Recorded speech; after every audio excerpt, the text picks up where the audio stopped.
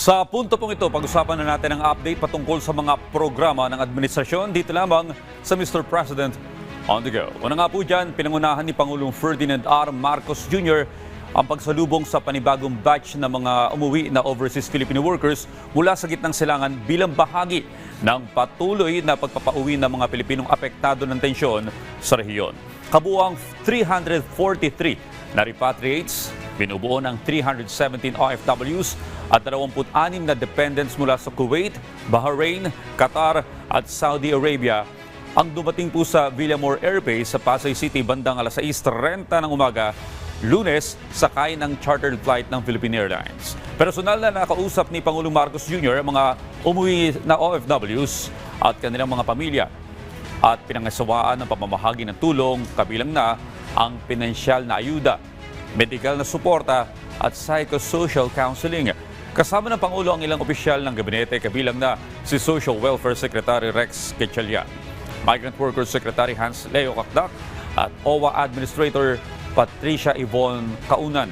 Ayon kay Secretary Cacdac, 234 na OFWs ang mula sa Kuwait, Qatar at Bahrain, habang 109 naman ang direktang inuwi mula sa bansang Saudi Arabia.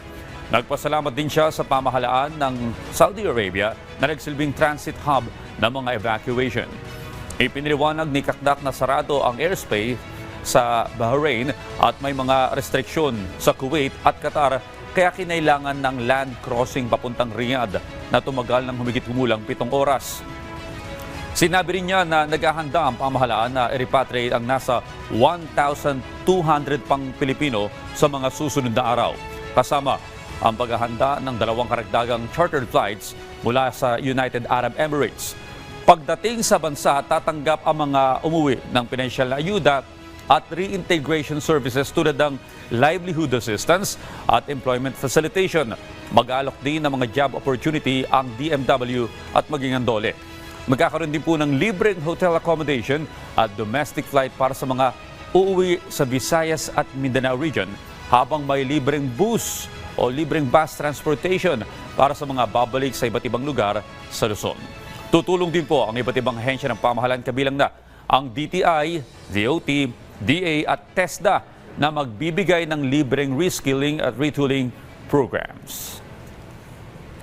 At yan po muna ang ating update ngayong umaga. Abangan ang susunod nating tatalakayin patungkol sa mga aktibidad at programa ng kasalukuyang administrasyon dito lamang sa Mr. President on the Go.